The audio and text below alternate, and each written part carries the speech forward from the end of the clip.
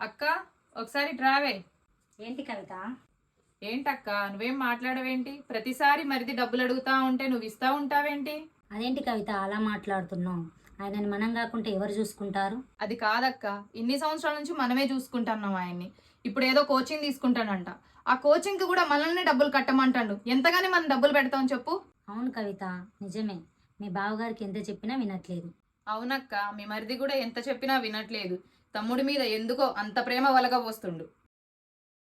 రేపు జాబ్ వస్తే ఆయన పెళ్ళాం పిల్లల్ని చూసుకుంటాడు కానీ మనల్ని ఎందుకు పట్టించుకుంటాడు అక్క? అక్క నీకు ఫోన్ వస్తుంది, ఒకసారి చూడు.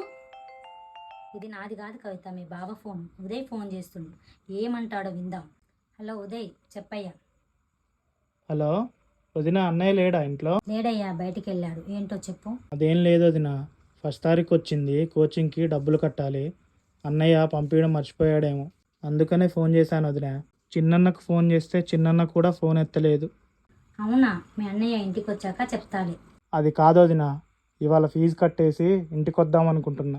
ఎలాగో ఇంటికి వస్తున్నావు కదా, ఇంటికి వచ్చాక తీసుకో డబ్బులు. అన్నయ్య ఇంట్లో లేడు. ఏంటక్క ఏమంటున్నాడు ఉదయ్? నీ తెలియంది ఏముంది కవిత, ఉదయ్ సాయంత్రం ఇంటికి వస్తున్నాడంట. అవునా? అబ్బా, వస్తే బెడ్ దిగడక్క. ఏదో మహారాజు లెక్క ఆర్డర్లు వేస్తా ఉంటాడు. అవును కవిత, నా బాధ కూడా అదే. ఈయనేదో జాబ్ చేసి ఒలగబెట్టినట్టు మనల్ని చంపుతున్నాడు అక్క. ఏదో ఒక ప్రైవేట్ జాబ్ చేసి బతకొచ్చు కదా, ప్రతి చిన్నదానికి మన మీద ఆధారపడతాడేంటక్క? అవును కవిత, ఎంతమంది లేరు జాబ్ చేసుకుంటూ చదువుకునేటోళ్ళు? అవునక్క, నువ్వు చెప్పింది నిజమే. ఏమన్నా అంటే మన మొగుళ్ళకి ఎక్కడలేని కోపాలు. ఏంటి ఏం మాట్లాడుతున్నారు? ఏంటి వదిన, నువ్వు కూడా దానితో కలిసి భలే మాట్లాడుతున్నావు. నువ్వు పెద్దదాని వదిన, నువ్వు చెప్పాల్సింది పోయి అయినా వాడిని అంటాం కరెక్ట్ కాదు వదిన. మా అమ్మా నాన్న లేరు కాబట్టి మా తమ్ముని మేమే చూసుకోవాలి వదిన. ఏంటండి విన్నా కొద్ది బానే మాట్లాడుతున్నారు. మీరు తెచ్చే జీతం మనకే సరిపోవట్లేదు, రేపు పిల్లలయ్యాక వాళ్ళనెట్ట పోషిస్తారండి? మనకింకా పిల్లలు లేరు కదా కవిత, పిల్లలు అయ్యాక ఆలోచిద్దాం. కానీ ఇప్పుడు మా తమ్ముడి విషయంలో వ్యత్యాసం చూపించకు. మా తమ్ముడు అలా చూస్తుండు ఇలా చూస్తుండు అని అంటున్నారు కదా, రేపు జాబ్ వచ్చాక ఎలా చూస్తారో చూద్దాం.